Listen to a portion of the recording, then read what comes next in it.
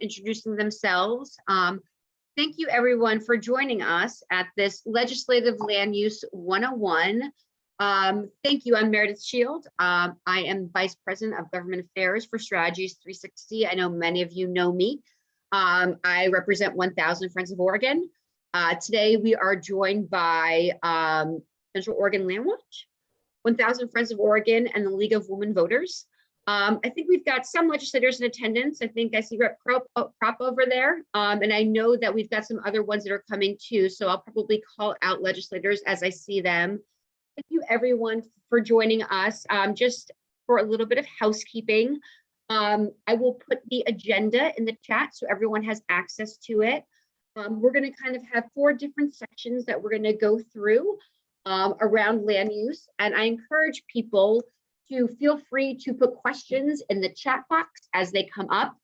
We will get to them throughout the presentation, either in different sections, or we will leave some time for question and answers.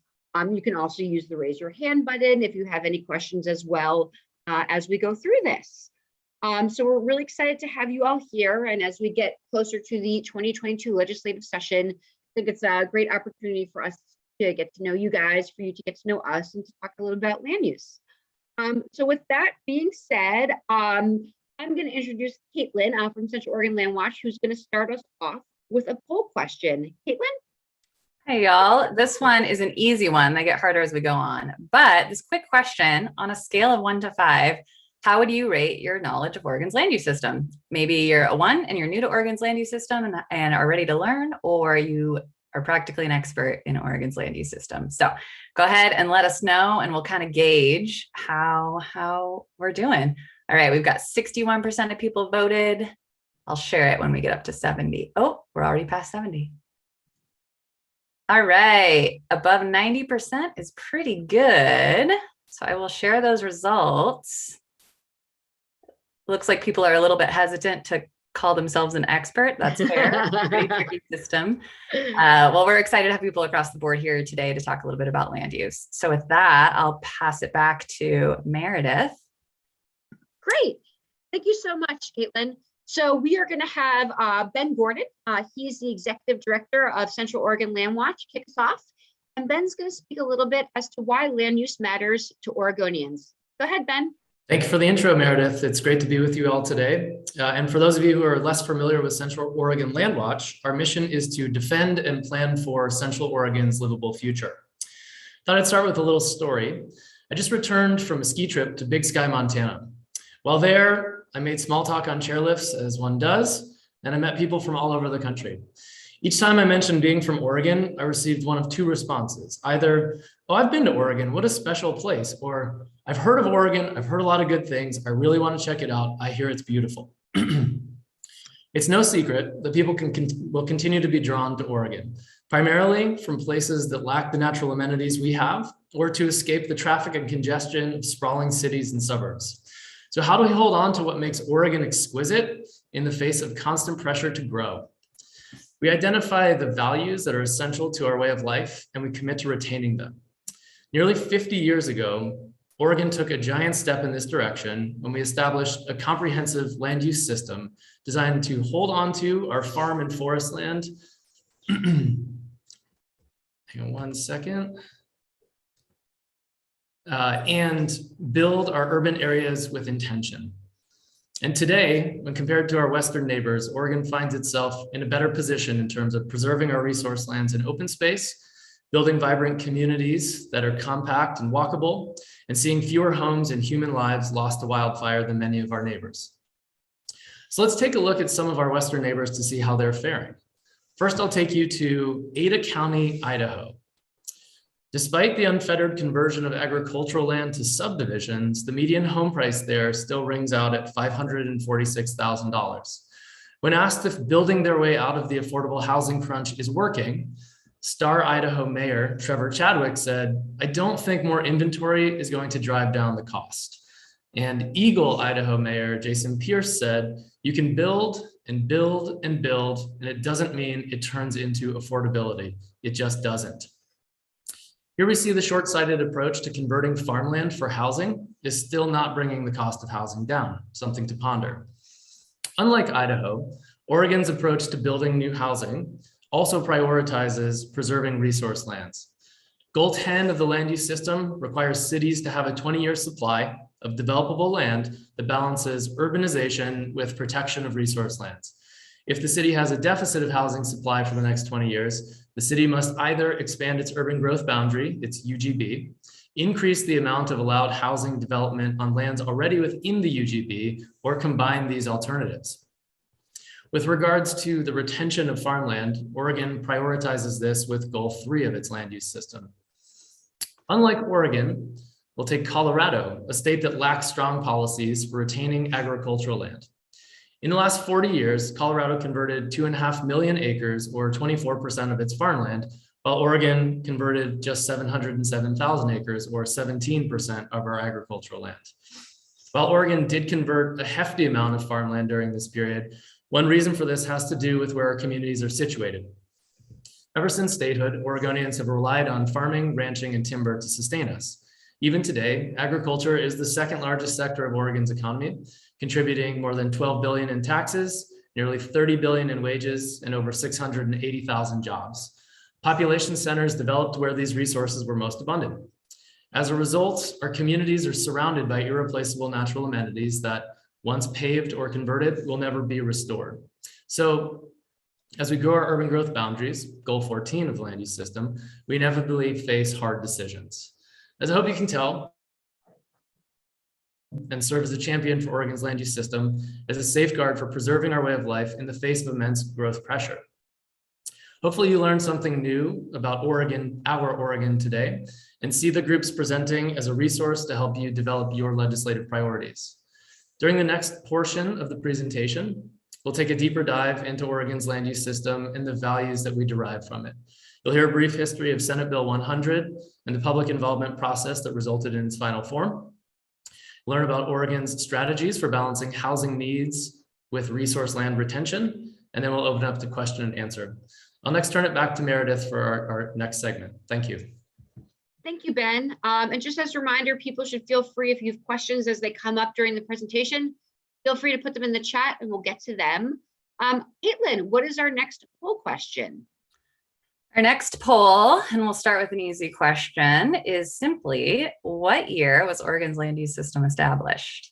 1921, 1964, 73, 89, or 92? Let's test your...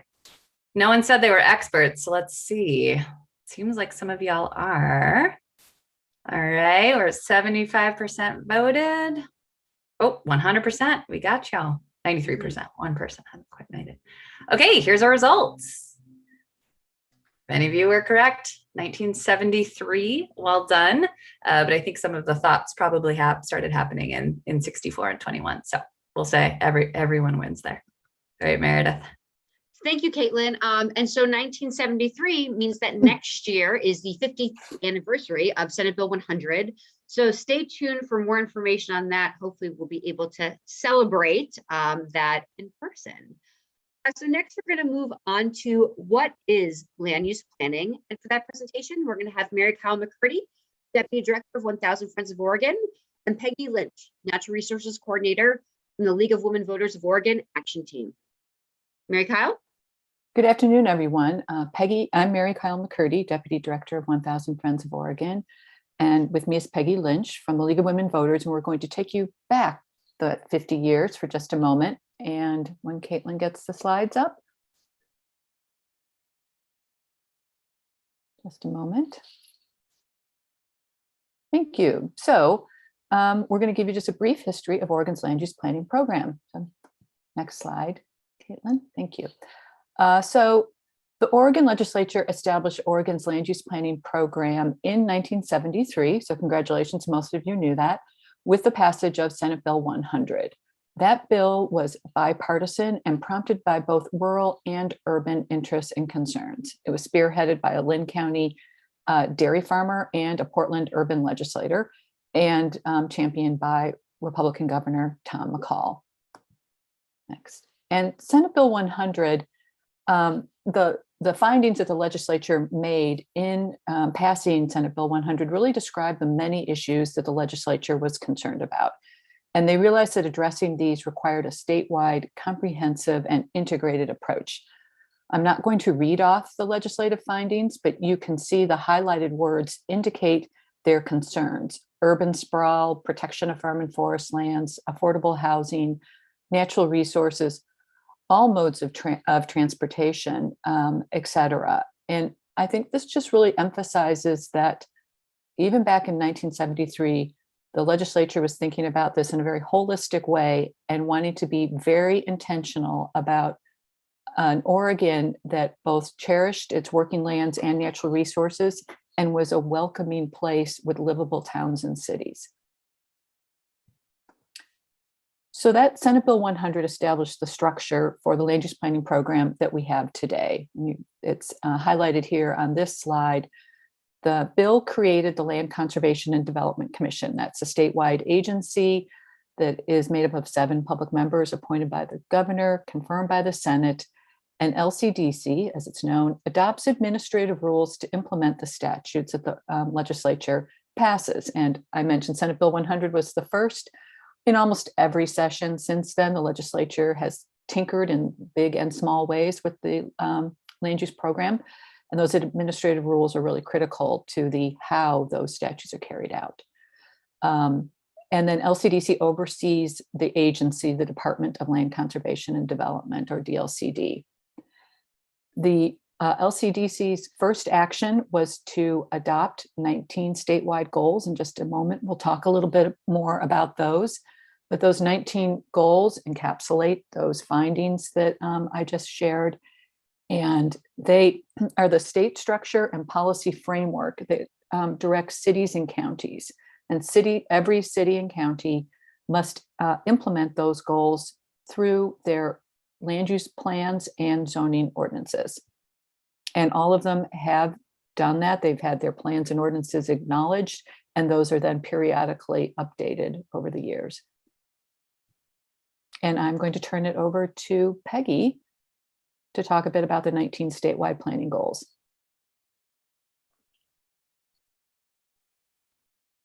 Peggy, I think you're on mute.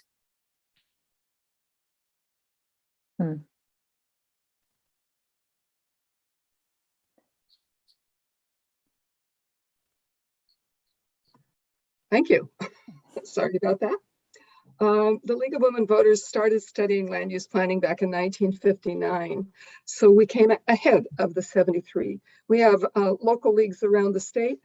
The legislature selected the first 10 goals that you see here. And LCDC then went on the road around the state, holding meetings in which over 10,000 Oregonians participated to provide input on those 10 goals. As a result, LCDC added goals 11, 12, 13, and 14. And you will see that the public said, we need to make sure we have public facilities.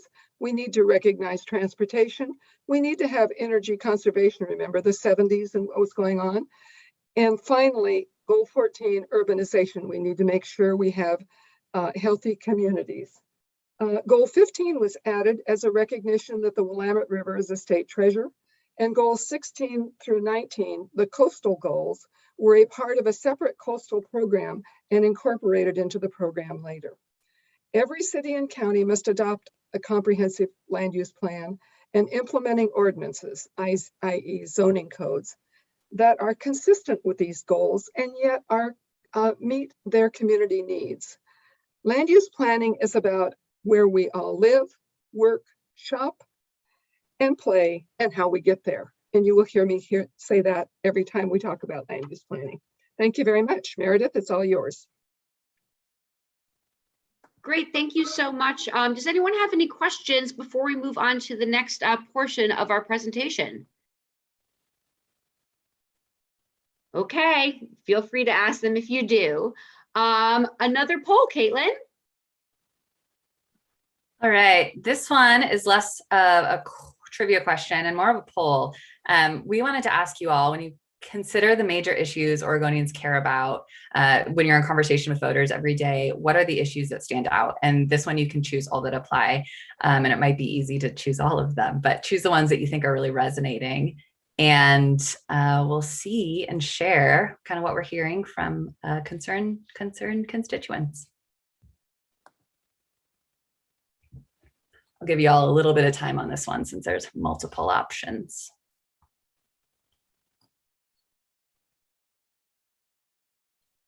We have an interesting clear front runner here. We're at 72%, so I'll let a couple more people finish their votes. And then, all right, I'll share the results with y'all. I'll keep this up for a moment so we can kind of see. It looks like there's a lot of concerns. Housing is the one where we get 92% of respondents saying that housing is a concern. So that's an interesting poll. Thank you all so much for sharing. Well, that is perfect timing because now we are going to dive into some of the goals in a little bit more detail.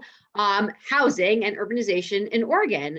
And with us, we have Corey Harlan from Central Oregon LandWatch, who is the Cities and Towns Program Manager, and Mary Kyle McCurdy, 1000 Friends of Oregon Deputy Director. Corey? Thank you so much, Meredith. So excited to be here with everyone today. So a little bit of a spoiler. We put that poll together and really recognizing that all those issues that were listed in the poll, they're critical to our way of life in Oregon, and they all have direct connections to our land use system. So when we're talking about here today, it's really the pillars of our quality of life that we really build upon. So I'm Corey, Mary Kyle and I are going to tag team this next section.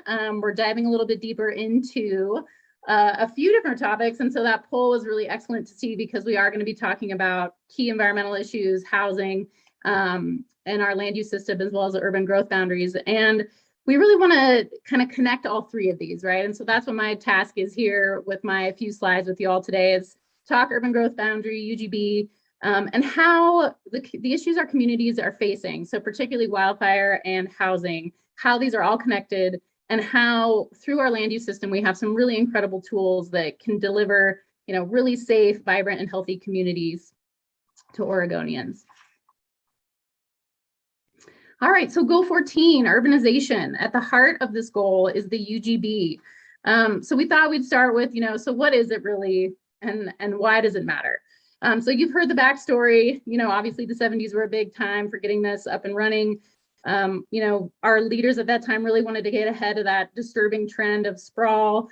And so this tool is all about helping concentrate growth in existing developed areas and making efficient use of that existing infrastructure. And by doing that, the farms, forests, and natural areas and deserts that we all know and cherish are going to be protected from sprawl and stay intact.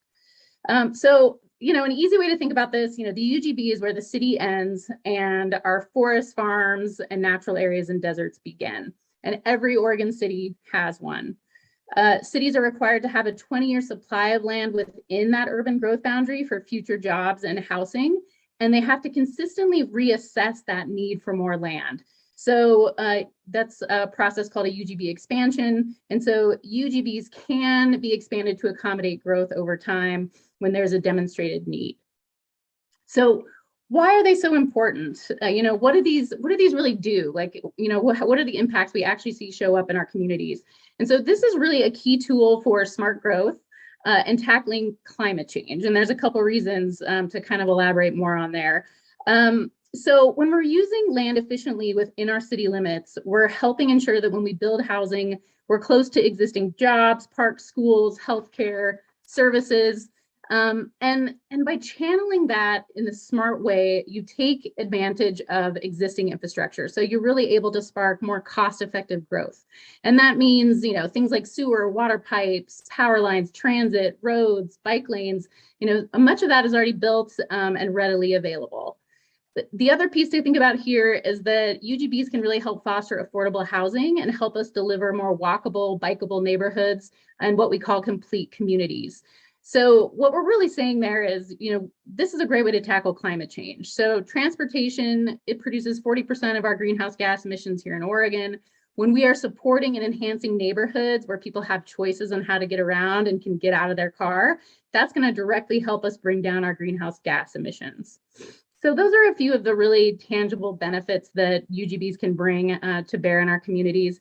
And when our land use process, as this process plays out, land that is to come into the UGB in an expansion, it's evaluated for a lot of critical factors. So by doing that really kind of forward look, you can lead to, it leads to really smart, safe, efficient, and inclusive development in the places that make the most sense. And so here's some examples of what I mean about that. So where are the transportation connections? How close are streams and rivers and wildlife habitat, existing parks or trails? What's the quality of forest and farmland that's around us? Where are the wildlife hazards? And so essentially what we're doing here is we're asking that question, where are those existing elements and infrastructure we want to connect to? Where are the really special wild places or absolutely most productive farmland we want to keep intact? And then where are the hazards that we want to avoid?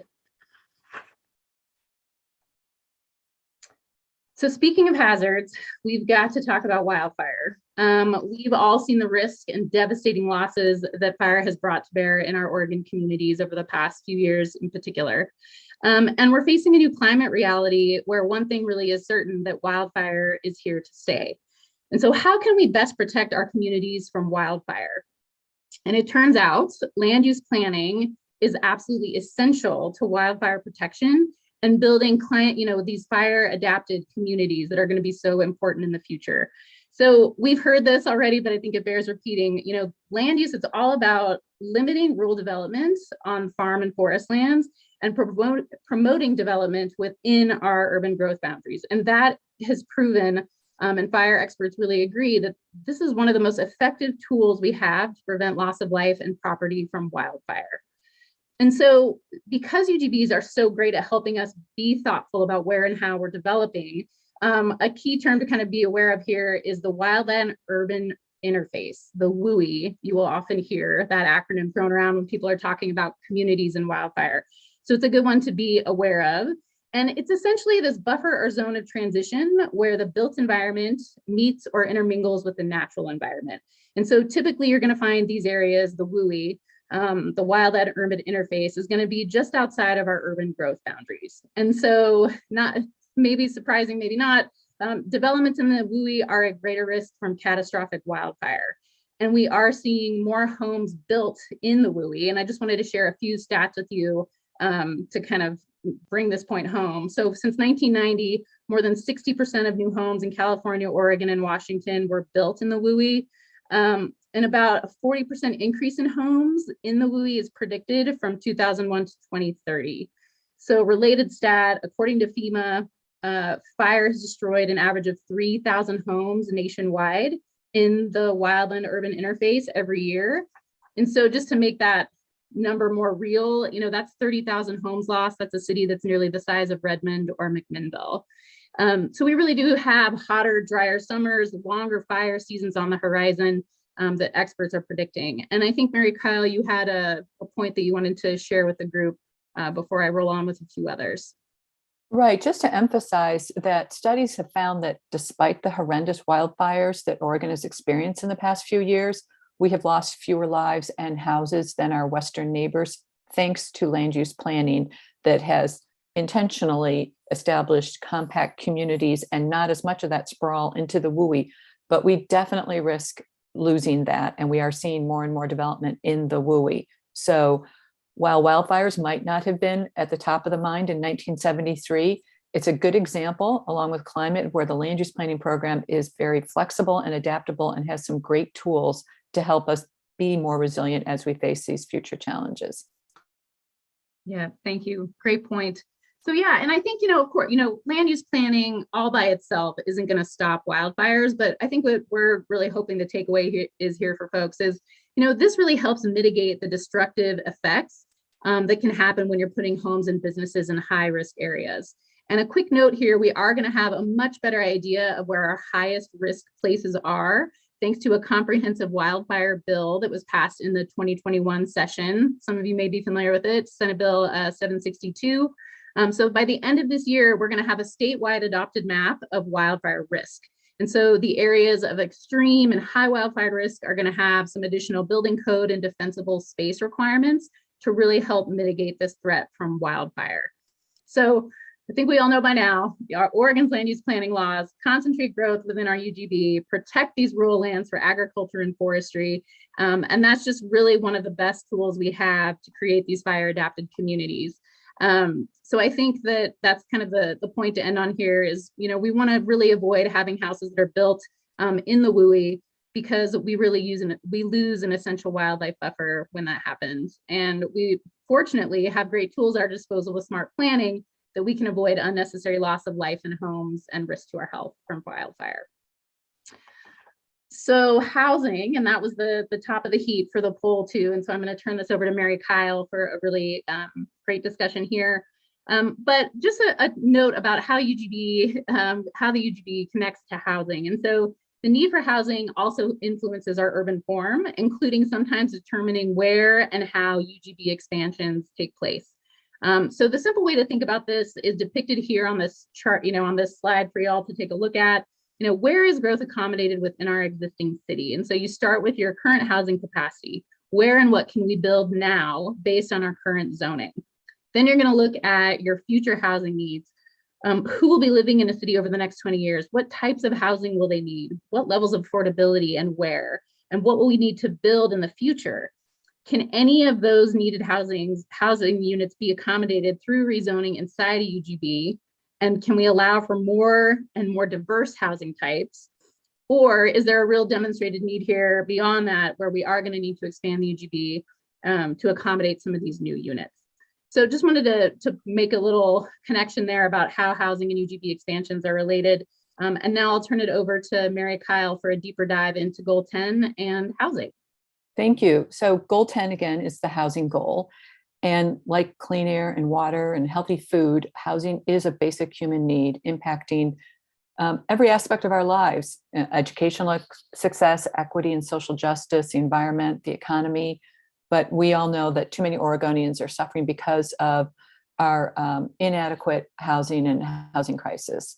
Simply put, many people, including essential workers, that we have experienced how important they are in these past few years, are finding they cannot afford to live in many communities, including the communities they serve. But there is good news that when properly implemented, Oregon's statewide land use planning program provides for the availability of housing options for all income levels in every community. So going to goal 10, this is the lead goal language from goal 10. It's the purpose statement. There's a little bit more to the goal, but this is the purpose statement, which I'm just going to read because I think it's actually very inspirational that the purpose, the goal of goal 10 is to provide for the housing needs of all Oregonians, and that the local city plans shall encourage the availability of adequate numbers of needed housing units at price ranges and rent levels which are commensurate with the financial capabilities of Oregon households and allow for flexibility of housing location, type, and density. That language was adopted in the mid-70s. It's strong and still right on point. And since the adoption of Goal 10, the legislature has acted fairly often to put details around that goal to strengthen it. And especially in recent years, the legislature has acted, because really it's had to act, to push cities to revise and update residential zoning to better meet the needs of Oregon families. Next slide. But how well are we doing in meeting Goal 10? And the answer is not that great. Oregon, like the rest of the nation, is in the midst of a housing crisis. This graph is a national graph that shows you housing production by decade in millions. And as you can see that across the country, we have had a large decline in this decade in housing starts. And Oregon and other West Coast states and other popular markets for people to move to are particularly falling behind. So what do those numbers look like in Oregon? Oregon needs about 140,000 more homes, primarily for middle and income households, over the next 20 years. That means we should be building about 30,000 new housing units per year. But pre-COVID numbers, we were building only about 20,000 new units. So that means that we're losing ground, because we're not only making up ground for the during the loss of housing starts during the Great Recession, but we still have people moving to Oregon, to all parts of Oregon. So we are falling behind. Next slide. So how did this happen?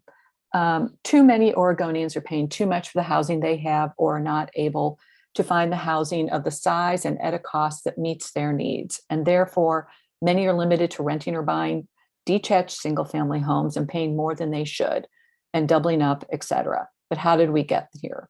Part of this reason is that until recently, Goal 10 has not been robustly implemented at the local level or enforced at the state level, resulting in a supply that is not meeting Oregonians' household needs in many respects. And the housing patterns of today also reflect redlining and racially and economically exclusionary home financing and zoning practices.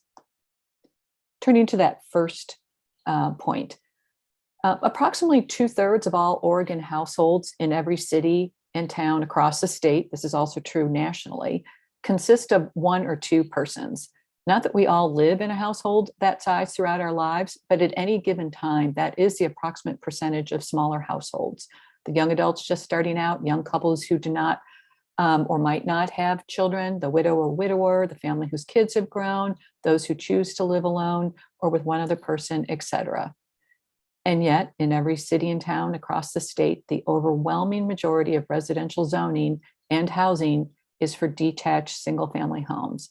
That's the most expensive type of housing. It's often larger than many households need or can afford.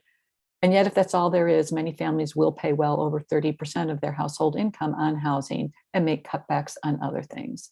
The result has been, and this has been building for decades, a serious mismatch in what the market is providing and what is needed to meet the needs of Oregonians at different stages, income levels, and walks of life. And that second issue I mentioned, racially and economically exclusionary zoning, redlining, and real estate and financing practices that were discriminatory and were largely legal were present throughout at least the 1950s and have given us the housing and neighborhood patterns that we see today, adversely impacting Black and Indigenous communities and people of color and lower income communities. That map right there is of the city of Portland, but you can pull this up in almost any city around the country where, and there's a key over on the side where the green neighborhoods were the exclusive neighborhoods, and the red ones were the redlined neighborhoods, where those of lower income and that were considered undesirable were forced to live through a variety of legal zoning, real estate, and other practices. So we're living with a lot of that still today, those zoning patterns in our neighborhoods, where previously one would see a mix of 2 and 3 and 4 plexes and garden apartments mixed in with single family housing. After 1950, those were largely considered illegal. Many are non-conforming, even when you see them around cities today. And the areas are mostly single family housing. And that is the most expensive type of housing. And so these two trends are contributing significantly to the lack of affordable housing and diverse housing that we find in many of our communities. And that's where action from the legislature has and can really help. 2 recent bills were passed by the legislature to better meet Goal 10 and the housing needs of Oregonians. So first, House Bill 2001, which was passed in 2019, requires, it's called the Middle Housing Bill. And this diagram shows you what middle housing, the full range of middle housing. House Bill 2001 referred to the smaller end of that, duplexes, 3plexes, and 4plexes. So that bill requires cities over 10,000 in size to allow duplexes on all single family lots in residential neighborhoods. And cities over 25,000 in population and every metro city must also allow, in addition to 2 duplexes, must also allow 3 and 4plexes, townhomes, and cottage clusters somewhere in their single family zones. LCDC adopted rules that added a bit more of how to do that. And today, all of those medium-sized cities, those ones that are 10,000 and more, have revised their zoning codes to comply.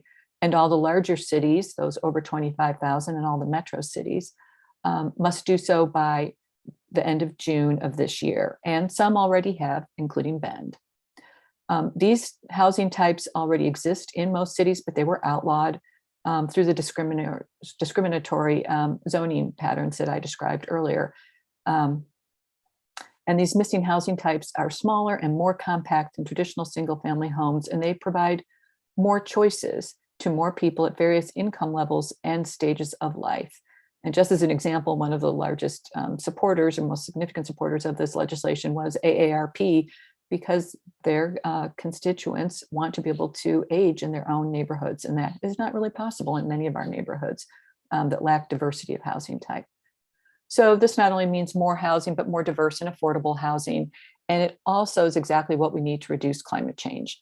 This supports walkable, bikeable, and more transit-friendly neighborhoods, uses infrastructure more efficiently, and reduces our urban footprint. So it's a great start. It's not all we need to fully tackle our housing crisis, but it's a big start. The legislature also passed House Bill 2003 in 2019.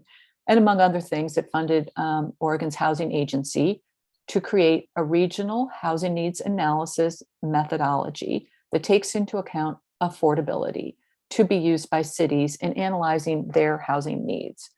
So it requires cities over 10,000 in population to conduct a housing needs analysis and adopt housing production strategies that will support the production of housing that their residents need and at relatively more affordable cost. And these strategies include a list of actions that cities will take, such as removing or reducing off-street parking requirements, allowing density bonuses for affordable housing, and going beyond the housing types that I mentioned from 2001. Again, these are all aimed at promoting more affordable and diverse housing types in every neighborhood. These kinds of bills demonstrate how leadership and direction at the state level from folks of all, like all of you, can lead to positive changes and local implementation on the ground. And they're a direct response to help meet the requirements of Goal 10. And I will just also mention those also came with funding for local governments to be able to carry out this work, because that is a really important part of the implementation picture. And I'm going to turn it back to Corey to close out on this topic. Great. Thank you, Mary Kyle. So we thought it might be helpful just to kind of recap and leave you with a few key takeaways as we wrap up this portion of the presentation today. So Oregon's land use system, it's unique. It powerfully shapes our quality of life. It helps our communities stay safe from wildfire, helps us tackle climate change, and helps us provide housing for all. These are the tools and the goals we've talked about today. They really help us grow in smart, wise, and safe ways by ensuring that we're using land efficiently within our city limits and only growing in the places where it makes the most sense to do so. Recently in the legislature, we've seen some really excellent bills that we've heard more about today that really help further these great outcomes. But we've also seen a trend of circumnavigating our land use system with one-off bills or bump out expansions that arbitrarily bring land into the UGB. And so instead of adding housing in places where jobs and services don't already exist, we really can improve the fabric of our cities and add homes to make more complete communities if we're not hastily jumping into rushed expansions. And so we really want to consider what do our communities want to become and ensure our plans lead us there. So I think that 2 more points to leave you all with, Oregon can and should meet our housing needs, address climate change, and tackle wildfire risk without circumnavigating or circumventing the land use laws that make this place so special. And the groups you have on the call today, LandWatch, 1,000 Friends of Oregon, League of Women Voters, we're here, we're reasonable, we're really ready to roll up our sleeves and get to work with you on solutions to these issues in ways that take the long view and that are really thoughtful and well planned so we can deliver more resilient, safe, and healthy communities to all Oregonians. So that's what we'll leave you with there. I'll turn it back over to Meredith and Caitlin. Thank you, Corey and Mary Kyle. That was great and super interesting to talk a little bit about housing and urbanization. Before we go out to the agricultural lands and do the flip side of the urban world, Caitlin has one more poll question to ask you that has to do with our next topic. Yeah, I actually have 2 quick ones that have to do with farming. And this first one, According to the Oregon Farm Bureau, how many full or part-time jobs in Oregon are connected to the agriculture, food, and fiber industry? We've got a couple of options there. Is it less than 1%, 3.2%, 13.8% of jobs, or 27.4% of jobs? I'll give y'all a moment to deeply consider. Ooh, okay, we have a couple of optimists here.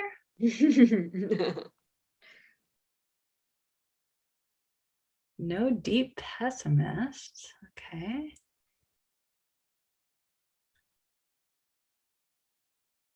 All right, I'm going to share the results.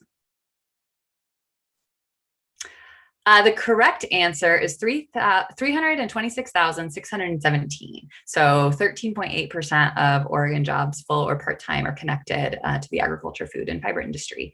This is a hard connection because the food industry, this one doesn't technically include restaurants, which are considered the tourism industry. So that can kind of change numbers there. All right, with that, I have one more poll to share with y'all, also related, and that is, how well do you know your Oregon crops? According to the Oregon Farm Bureau, Oregon produces nearly 100% of the US supply of which crop?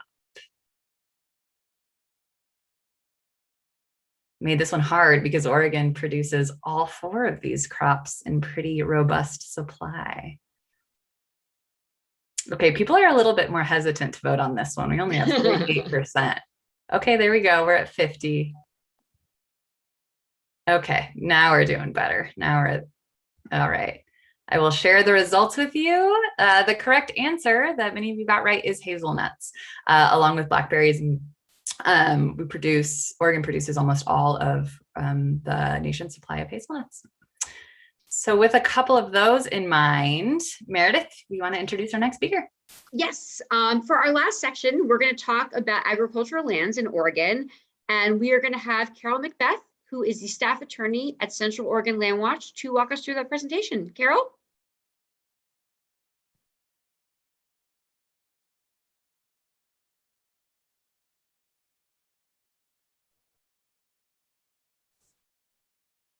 Hi, I'm Carol. I'm so glad to be here today. I'm going to talk about Oregon's farm and forest industries and how they were the original impetus for Oregon's land use planning program.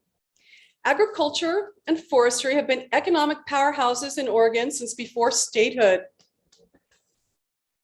starting with logging in the Coast Range and farming in the Willamette Valley in the 1800s.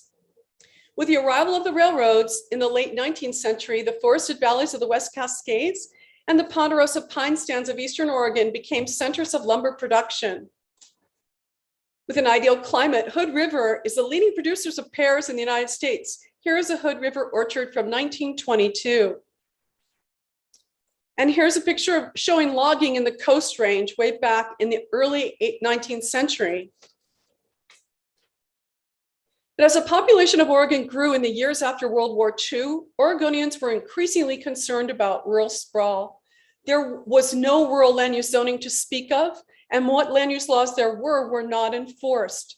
The Oregon legislature had authorized our 36 counties to plan for land use, but did not require counties to plan for land use. Between 1950 and 1974, the United States Department of Agriculture reported that land and farming in the Willamette Valley dropped from 2.7 million acres to 1.8 million acres, a decrease of 33% in just 25 years.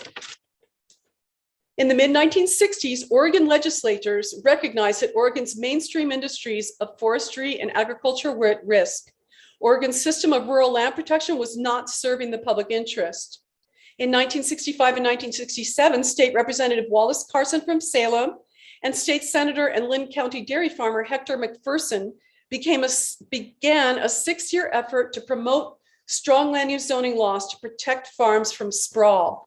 Legislators from both sides of the aisle joined Governor Tom McCall in raising the alarm of the risk to Oregon's farm and forest industries through a lack of zoning. Tom McCall addressed the Oregon legislature in 1973 in a famous speech against the threat posed by sprawl and the need for land use zoning. He said, "There is a shameless threat to our environment and to the whole quality of life unfettered despoiling of the land. Sagebrush subdivisions, coastal condominium, and the ravenous rampage of suburbia in the Willamette Valley all threaten to mock Oregon's status as the environmental model of the nation.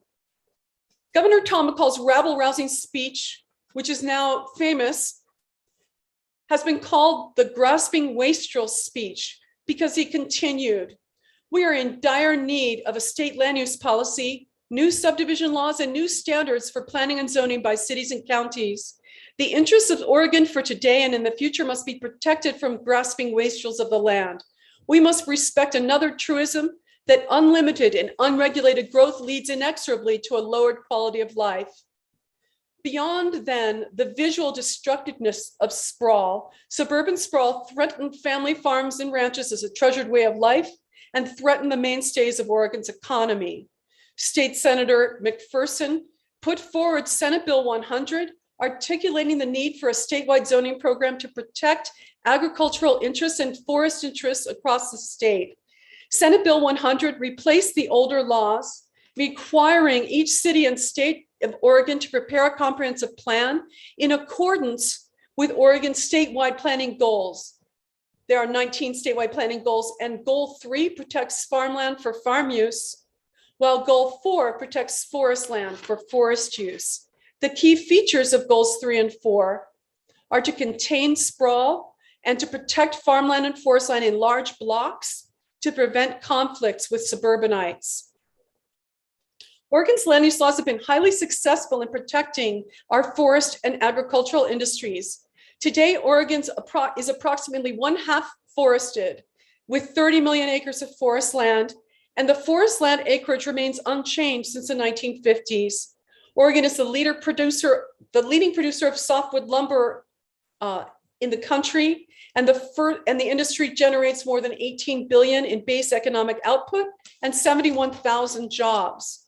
Meanwhile, across North America, millions of acres of farmland have been lost, but Oregon's rate of loss of farmland is lower than its neighbors in other states in the United States. Much needs to be done to stop the continued loss of farmland in Oregon by closing loopholes in the land use laws. But Oregon's agricultural sector produces 5.7 billion annually, and combined with food and fiber, as our little poll showed, that contributes over 326,000 jobs in the production of 225 different crops and livestock. The wide variety of Oregon's agricultural products make agriculture Oregon's most stable economic sector.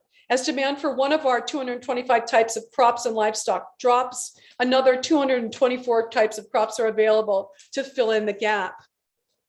Housing is the last crop, and one of the fundamental principles of Oregon land use planning is to protect agricultural lands to keep land priced for farming over changing times. In the 1960s, landowners in Yamhill County complained that the hillsides of the county were covered with only Class 4 soils and couldn't grow anything and should be paved over for housing. But along came David Lett with Pinot Noir cuttings in his pockets from France and California. He thought that the Yamhill County hills would be perfect for growing Pinot Noir.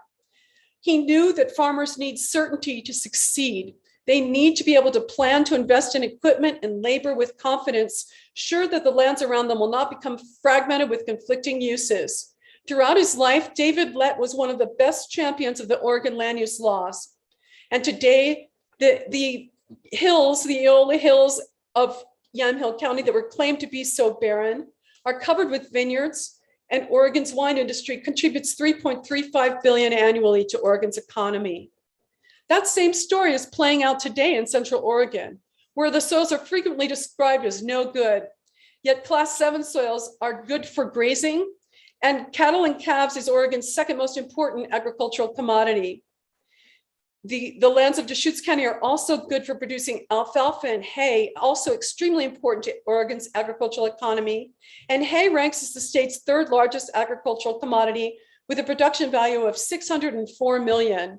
If we go back to the last slide, I was going to show you that in 2021, young winemakers at Redside Ranch near Terrebonne won the gold medal at the 21st annual San Francisco International Wine Competition. That was last June.